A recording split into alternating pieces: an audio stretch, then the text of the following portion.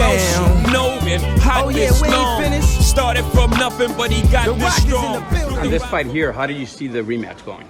I got twin. I grew up with him, so we all grew up together. And when I moved to Houston from New Orleans, I grew up with them. We all went to high school and stuff like that. So yeah, I go with Jamel. How long before you make a move up? Is it like once if you win the tournament, two more fights? I think maybe three. 2 or 3 more fights, then I think I go up. My whole thing is I want to take over all the belts. Once I feel like once you get all the belts, then it's what else? There's no more. There's no more to do. So once I get all the belts, then.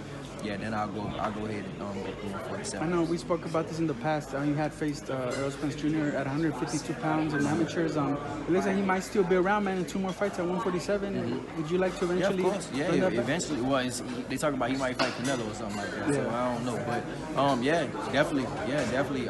One day at 47, whoever the champions are. I'll be going after him. I want to do the same thing. I want to take over 140, and then of course eventually go up to 147. So yeah, maybe 2 or 3 more fights. That might be another year, but yeah, in another year, then I'll be looking at everybody else. The unification with JC Ramirez is a fight that you've been wanting for a while.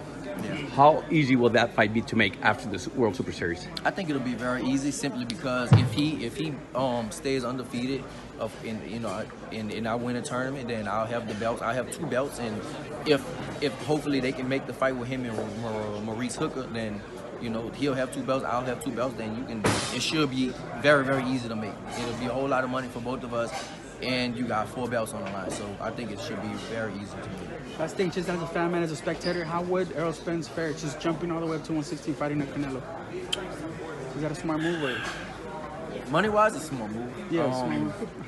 It's definitely a smart move money-wise. I don't know. Errol is very strong for 147.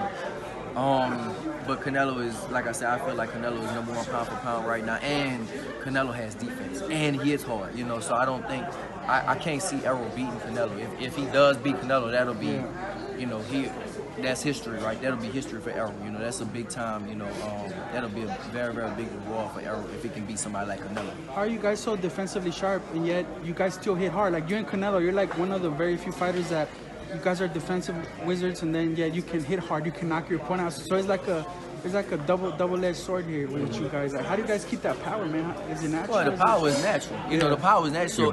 Like I know y'all just getting on me now, but when I was in the amateurs, I was just a raw fighter. I just came forward. I just put my hands like this and just came forward and just hit people as hard as I can. So I always have power. No matter what, I always have power. So now it's just putting a little defense on it, and the power don't go nowhere. Just because you can move defensively, the power is still gonna be there no matter what.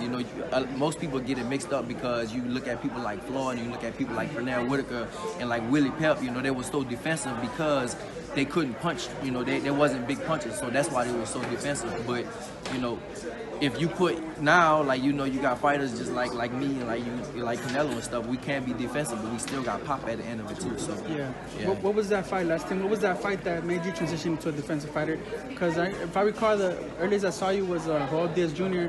You knocked him out. It was an impressive showcasing of power, and then next thing I know, you're like this defensive wizard. And I'm like, I know you had that all the time. You knew it, but when did you start making that switch? Well, to be honest, I've been had it. I've been like in the gym. I always do it all the time. But in the fights, like my whole thing, like in my heart, I'm a fighter. Like I love to go out there and just fight.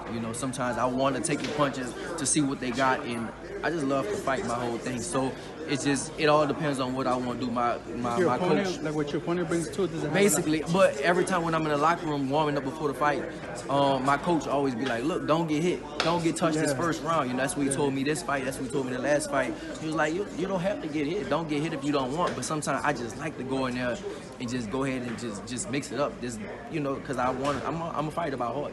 But yeah, it all depends on what I want to do. Yeah.